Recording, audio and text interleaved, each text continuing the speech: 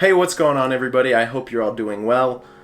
So it's still June, so we are continuing just the basic photo series where I go over basics of your camera and just getting to know your camera as best as possible. And today we are talking about photo settings and which settings to actually use and plug into your camera so that you get the best quality images. Just for this example, I'm going to be using my Canon 70D, but these are pretty universal settings, so it doesn't matter what camera you're using, whether it's Canon, Sony, Nikon, Panasonic, Lumix. Are those the same brand? I think they're the same brand. But yeah, it doesn't matter what you're using. These are the best photo settings to get you taking the best quality photos that you possibly can.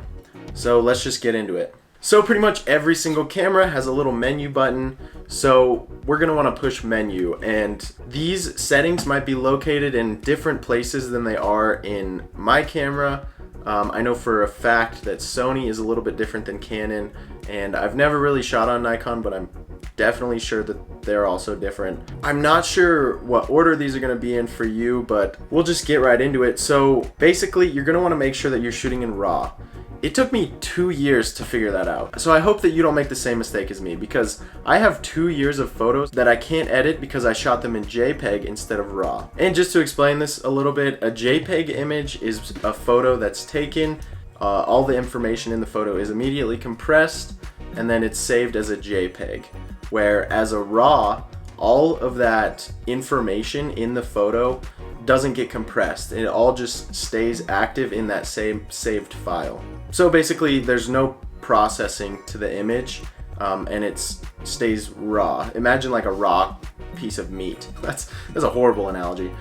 So basically a RAW file just stores more color data and more image data in that file. Next, we're gonna find white balance, and all we're gonna do is make sure that that's set to auto white balance.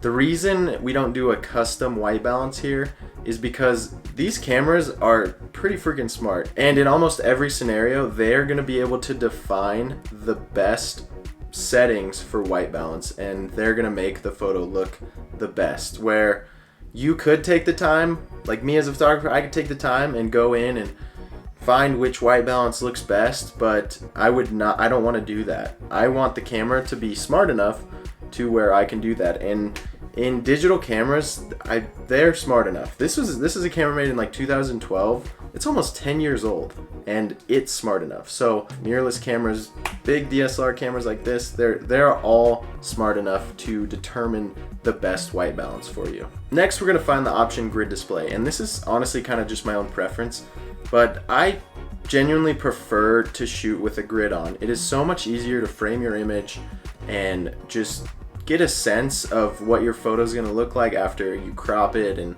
do all of that stuff. So I try to always shoot with a grid on. I promise you, in the long run, it's going to make your photos better because you're going to get better at rule of thirds, and you're just generally going to get a better understanding of framing, which is super important in photography. Next, we're going to go to aspect ratio. Now, this is kind of user preference. Some people shoot in 16:9, some people shoot in 4:3. I prefer to shoot in 3:2. And that's pretty standard for most photographers, at least in my circle, mostly because you can always crop it afterward, and I honestly just find that 3:2 fits the screen of the camera a little bit better. Picture style, I usually leave at standard, and I do all of my color toning and all that stuff in post in Lightroom, so I honestly wouldn't even worry about that. And then some other good settings just for basic camera stuff are just knowing shutter speed, aperture, and ISO, which I've already talked about in my last video. So if you do want to go learn about that, please go check that out. I try to go over it as best as possible, and I hope that it gives you a better understanding of how to use those different settings and how to actually shoot in M mode, which is what I recommend everybody shoots in if you want to become a professional photographer. But for now, that's going to do it for this video. I really hope that you guys enjoyed. And again, it's the month of June. We got a lot of basic photography tutorials.